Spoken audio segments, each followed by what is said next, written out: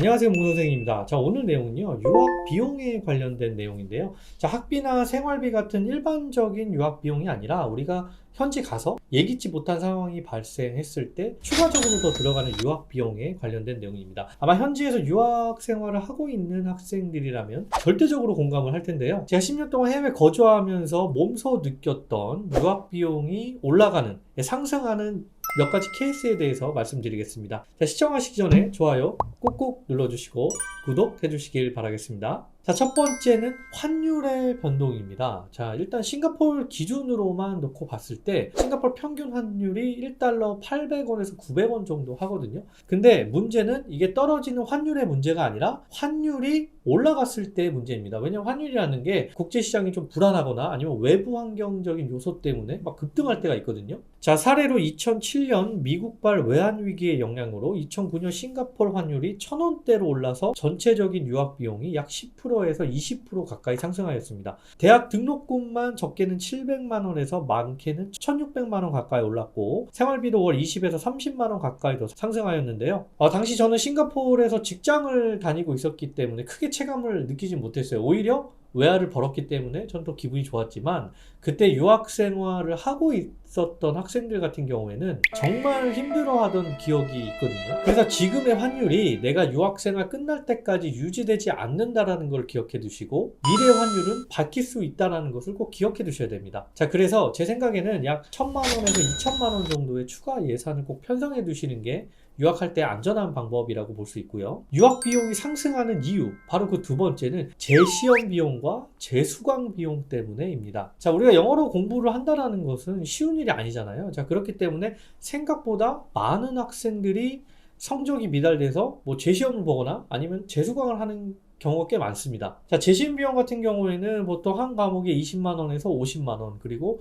재수강을 했을 경우에는 한 과목당 약 500에서 1000만 원 가까이 하는데요. 자, 이렇게 되면 자동적으로 학업 기간도 불어나기 때문에 이 교육비만 들어갈 뿐만 아니라 생활비까지 추가가 되겠죠. 우리가 예를 들면은 학업 기간이 2년인데 재수강을 하게 되면 2년 6개월 이렇게 불어나거든요. 그렇게 되면 6개월에 생활비와 체류비가 더 들어간다는 얘기가 되겠죠. 자, 저희 학생들 같은 경우에도 보통 한 전체 학생 중에 약 10에서 20%의 학생들은 재수강이나 재시험을 보는 경우가 많거든요. 그래서 내가 여기에 해당되지 않는다라는 보장을 할 수 없습니다. 자, 이럴 경우에 또한 1000만 원에서 2000만 원 정도 비용이 더 들어갈 수 있겠죠. 그래서 비용은 항상 여유롭게 준비를 해주시길 바라겠고요. 자, 유학 비용이 상승하는 세 번째 이유. 자, 그것은 바로 병원들의 갑질 때문입니다. 자, 한국인은 우리가 외국인 신분이기 때문에 해외에서 적용되는 건강보험을 만약에 들지 않는다면 어마어마한 병원비에 시달릴 수 있습니다. 자, 싱가포르 같은 경우에만 봐도 하루 입원비가 100만 원이 넘는 곳이 정말 많고요. 또 예전에 저희 학생 중에 이런 경우가 있었어요. 맹장이 터져서 맹장 수술을 받는데 400만 원을 냈거든요. 네, 우리나라에서 이거 하는데 한 얼마 들지 않는 걸로 알고 있어요, 아무튼. 근데 이게 급하잖아요, 맹장이 터졌으니까. 그래서 병원을 세 군데를 막 알아봤는데 어떤 병원은 400만 원, 어떤 병원은 600만 원, 병원이 막 갑질을 하는 거죠, 외국인이라고.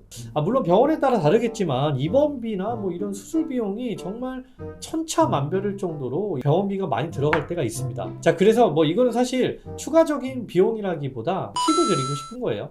우리가 유학보험을 들면 되거든요. 이 해외에서 건강보험 적용되는 게 있기 때문에 이 건강보험을 꼭 드시기 바랍니다. 이게 1년에 제가 알기로는 한 3, 40만 원 정도면 1년에 한 US 달러 기준으로 한 3만 불까지 커버가 되기 때문에 우리가 유학생활 하는 비용에 이런 추가적인 비용이 안 들 수 있게 미리 예방을 좀 할 수가 있습니다. 이 점 꼭 기억해 주시길 바라겠고요. 유학 비용이 상승하는 네 번째 이유. 자, 그것은 바로 항공료와 그 외 숙박비입니다. 자, 이게 무슨 말이냐면 보통 학생들 같은 경우에는 방학이나 좀 쉬는 텀이 생기면 한국으로 돌아오게 되잖아요. 자, 저희 학생들만 봐도 이 총 유학 기용 중에 한 3번에서 5번 정도는 평균적으로 오는 것 같아요. 자, 이렇게 되면은 당연히 항공료가 막 쭉쭉 나가겠죠. 한번 왔다 갔다 하면은 100만 원은 기본이니까요. 자, 거기에다가 숙박비가 또 들어가요. 자, 이게 무슨 말이냐면 우리가 방학 동안 오는 기간에 방을 그냥 빼둘 수가 없거든요. 기간이 되게 애매해져요. 그래서 일반적으로는 내가 한국 들어와도 그 숙박 비용을 계속 내게끔 됩니다. 뭐 그게 월세가 됐든지 뭐 기숙사비가 됐든지 아무튼